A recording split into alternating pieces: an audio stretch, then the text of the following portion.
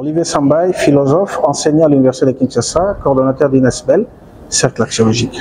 Je suis très content et flatté par l'organisation de la représentation des étudiants du Congo pour cette année. Je félicite beaucoup plus le président et toute sa structure pour avoir organisé une activité de cette envergure. Ça, c'est quelque chose de nouveau.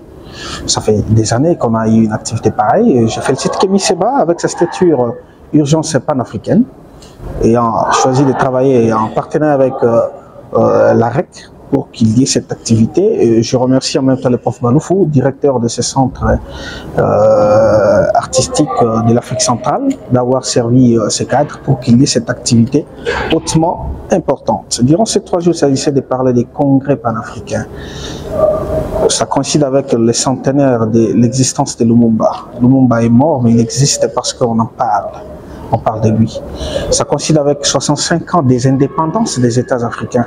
Mais lorsqu'on parle des congrès panafricains, c'est quoi le panafricanisme? En un mot, le panafricanisme, c'est la lutte ou la recherche effrénée de l'unité et de l'autoprise en charge des Africains, sans pour autant qu'on recourt à l'hétéronomie. L'hétéronomie, c'est-à-dire les dictats externes, mais qu'on débouche sur l'autonomie. C'est ça le panafricanisme. Alors, ce qu'on doit retenir, je retiens ce que Kémy Séba a recommandé, conseil panafricain où les gens seront en train de réfléchir, institut panafricain où on va apprendre la philosophie panafricaniste. C'est bien bon, mais ça sera toujours la transmission des théories. Mais de façon pratique, qu'est-ce qu'on doit faire en tant que philosophe? J'en ai parlé hier, j'ai donné une conférence ici avec Freddy Mulumba, nous en avions parlé au petit théâtre ici avec le professeur Baloufou. Il faut qu'on s'ouvre au panafricanisme positif. Le panafricanisme positif consiste à faire quoi? À appliquer la même méthode que les Occidentaux. Ils sont allés voler la science en Égypte. Ils se sont appropriés cette science, ils ont transformé leur société. Nous n'entrons pas en guerre contre les Occidentaux. Volons la science. C'est ça le testament de Cheikh Anta Diop. Armez-vous de la science jusqu'aux dents. On doit s'armer de la science, de la technologie et mettons cette science-là en pratique.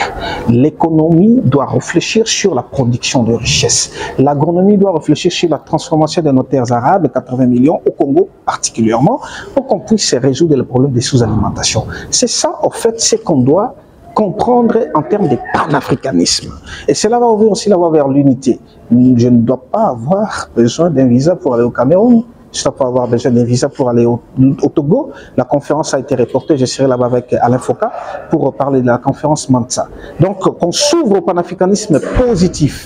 N'entrons pas en guerre. Armons-nous seulement de la science. Et là, l'homme occidental va nous respecter.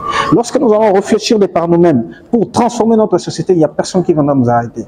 Il n'y a personne qui viendra nous empêcher de pouvoir réfléchir sur le fait qu'on supprime les francs CFA, qu'on dote l'Afrique de sa propre monnaie. C'est ce qu'on devait faire avec Claude Massang Moulongo. Malheureusement, c'est reporté. J'ai proposé à ce qu'on organise ça au Togo, au Mali ou au Burkina Faso avec un Foka, on va voir. Et ça, ce qui est fait aussi, c'est très important.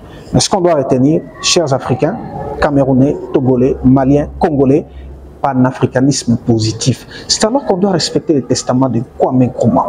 Théorie sans pratique est vide, pratique sans théorie est aveugle. Ne soyez pas des simples théoriciens. Des conférences pareilles, on en fera des milliers. Et pourtant, il faut qu'on s'ouvre à la pratique.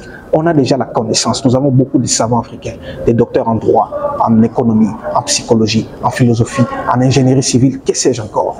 Mettons-nous ensemble pour transformer.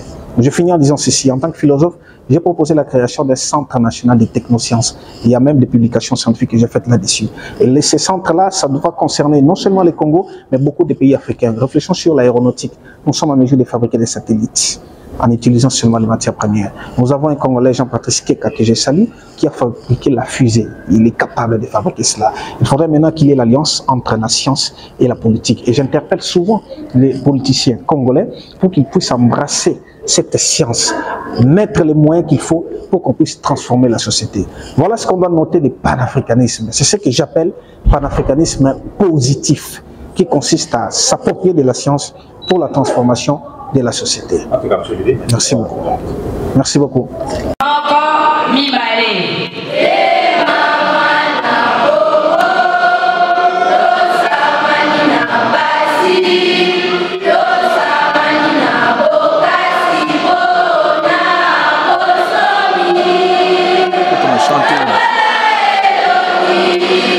Chante.